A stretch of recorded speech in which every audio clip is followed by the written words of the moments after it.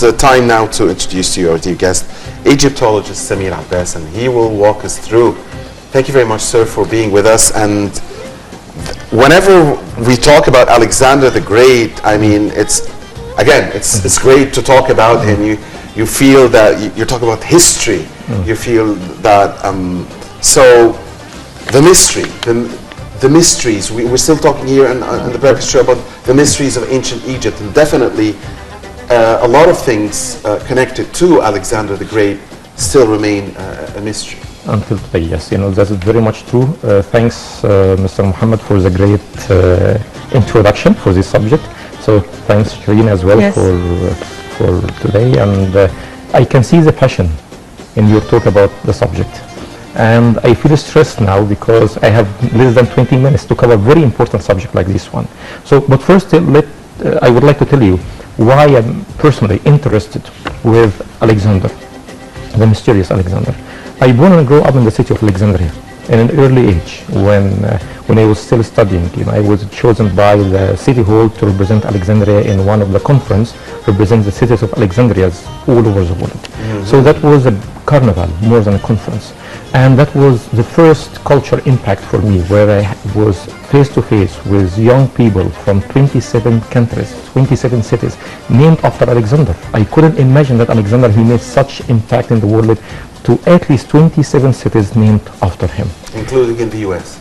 Including, all over Europe, US, and of course the most important one and the biggest one and the greatest one is our Alexandria. So that's put a spotlight actually on Alexander for me, which is a person to leave that much influence, especially after reading actually briefly about him. I realized that he died at the age of 32. He was the king of Macedonia when he was only 19 years old, and he was a king for like 10 to 12 years, which is not more than that. So then there was another big issue in Alexandria city in that time. That's when the consulate of the Greek country gave a gift of a statue of Alexander to be erected in one of the famous squares of Alexandria in that time. And that was a big debate among the intellectuals of Alexandria. Should we celebrate Alexander taking over Egypt and building a new city by putting his statue in one of the biggest squares, or that is one of the setbacks of our history? That's our perspective today. So how we can look at Alexander from Egyptian perspective, not from an international perspective. So let's first tell some facts about Alexander. So he was the son of Philip of Macedonia. So he was born in the mid of the 4th century BC, more specific 356 BC. His mother is Queen Olympia, which is come from a Greek background, while his father, Philip, is from Macedonian background, and there was kind of fighting each other in that time, not only the two countries, actually, even within the family, the husband and wife. So in the age of 13, he faced his very first challenge, which is grabbed the attention of his father when he was able to domesticate a horse nobody else were able to control. And that's grabbed the attention to him. In the age of 19, his father died. To be more specific, there's a mystery about his father's death as well. He was assassinated, and there's still a big question mark. Who did it? Was it his wife? Many historians believe that it was his wife, Olympia, and Alexander himself. He was part of the plot because Philip, he married a second wife, and the second wife, which is in the marriage party, there is a toast has been proposed for the new marriage from a Macedonian pure lady and to bring the heir to the throne. Alexander was there actually in this party, and that was a very big violation for him, for Alexander, and for his mother as well, which is dream that her son will be. So that part of history can be confirmed.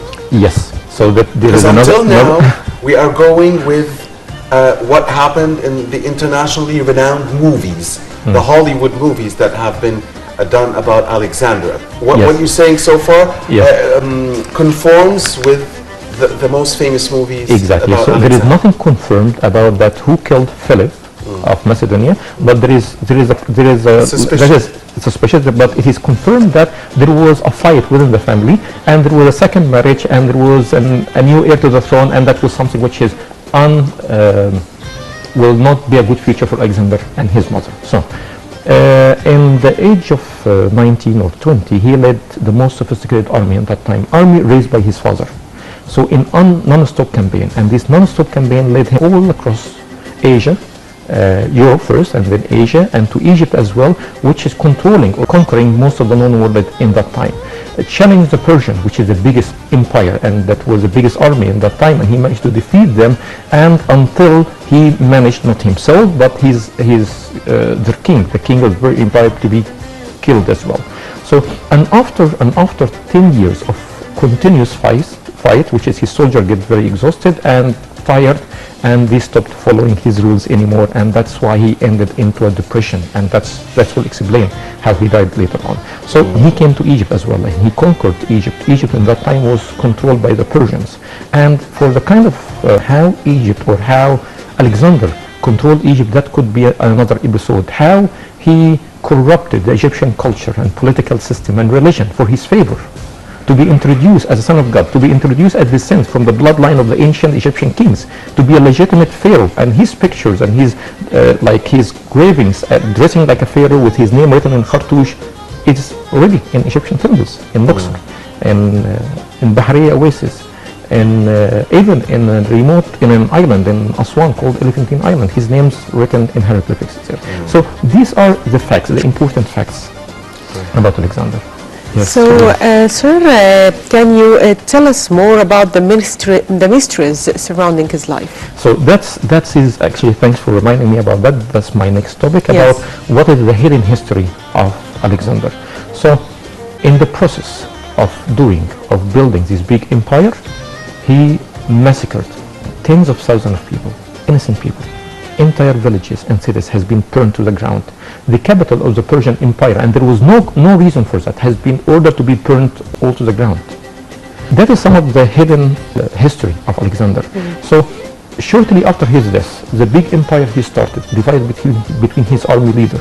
In his death time, when they asked him who would be the leader after you, because he didn't left an heir to the throne, or better to say that his wife Roxana, which is from a Persian background, she was still pregnant, and nobody knows if the baby will be a boy or a girl. So he pointed to the generals and he said, for the fittest. And that's like a declaration of war, because every person, every general in the army, he thinks that he's the fittest. And that started shortly after his death. That's a start of the war, lasted for more than 40 years, and all of the generations of Alexander's army died, killed, more specific, killed and assassinated, including his mother, including his step-brother, including his son, including his wife. Everybody involved in the story has been assassinated. The relationship with his mother, how was it? I mean, great. It was great. She raised him, and she raised him, from my perspective, that she raised him to hate his father, because that was an arranged marriage between a very well-educated lady, Olympia, and a father which is illiterate, and he's just strong, had a powerful, and that was the marriage. The marriage was enforced. He had more than one wife, right? And sometimes there were political marriages. Yes, in the East, Philip, actually having a second wife, that was caused a problem, and that's why. I'm talking about Alexander now. Alexander, the only documented wives which we know is Roxana, and she's not coming from a Greek background. She's coming from a Persian background. So another misconception about Alexander. So now we have the ancient map of Alexandria, which is that is our Alexandria, and showing how Alexander paid a great attention for building a landscape of this city to represent his educational level, to his ambitious as well. So he was an ambitious, man. There is no question about that. So in the process, actually, he was a very brave fighter as well. I think that by the time he believed himself as immortal, like the ancient Egyptian priest told him. So the misconception about him, that apart from that he led massacres, not only actually, but I don't think that he really cared about the idea of building a big empire. And the proof for that is what he said in the time of his death. So my empire is for the fittest. He did not put a system to build an empire. So the empire he built, it was very fragile, and that's why it started to came apart shortly after his death. And what Alexander did in that time is creating a vacuum. It's like a big tsunami, it's like a big earthquake, which is destroying all of the political system in the ancient world in that time, which is give a chance for a new system to emerge, a new culture to emerge. That's the reason. That's the main reason why there is a new culture became very common shortly after his death, which is the Hellenistic culture, which is the Greek culture, from the time of his death until the rise of the Roman Empire at the Battle of Actium, which is between the Egyptian fleet and the Roman fleet in the 1st century BC. You mentioned, Mr. Abbass, more than once that you believe some of the hidden parts of the history of Alexander is that he committed massacres. But who in the history of the world conquered almost all of the known world and did not commit massacres? I mean, we're not defending this. That's a very good point. Yeah, that's a very good point. Do you know one of the very important reasons? There is different reason why he became famous, and he is known as Alexander the Great. So first of all, he was very well educated. Aristotle, that was his private tutor, teacher. And there was many historians have been paid very well, escorted him in his military campaigns, and which is to write down the history from his perspective, giving him the title the Great.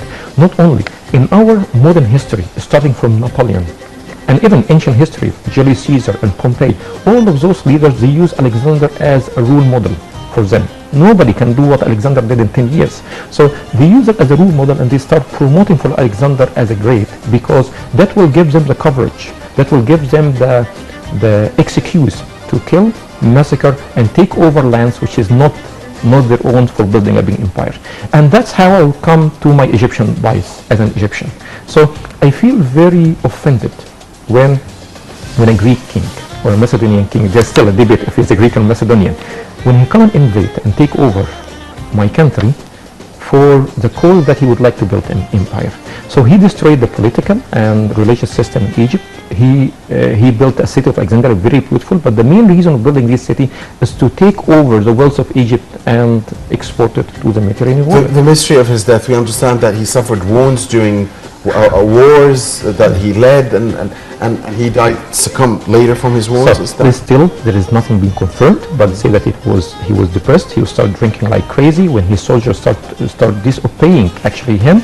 And one of the three important theories that he was drunk to have alcohol poison, or he was poisoned, or a mosquito bite and malaria disease. I like the third one. Because so what we saw in Hollywood movies, they conform, generally speaking, coming along with the theories. The reason why I like the mosquito bite, that because it is like a big lesson. The man who defeated all of the armies of the ancient world, he was defeated by a mosquito bite. So he's like Namrud in the time of Prophet Abraham. That's a message. That's a message. So he's tombed. I think that's undiscovered, as you said. Exactly. And it is undiscovered. It's very early to say that we discovered the tomb of Alexander. Every year, almost every year, we have a new archaeologist and say that, we are very close from discovering Alexandria tomb. It's very recent, only a couple of months ago, there is a picture which is report with me, which is showing a new archaeological site in the heart of Alexandria, in the Shalalat Garden, more specific, and they are saying that it could be Alexander tomb. Finding Alexander tomb is a big issue, and most probably, like 90%, it is in Alexandria.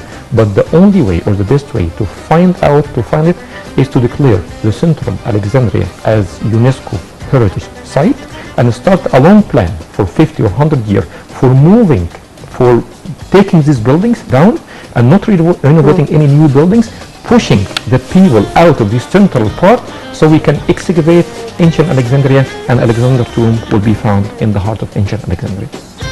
Inshallah. It's, we wish we had more time. It's always a pleasure. It's always informative and exciting.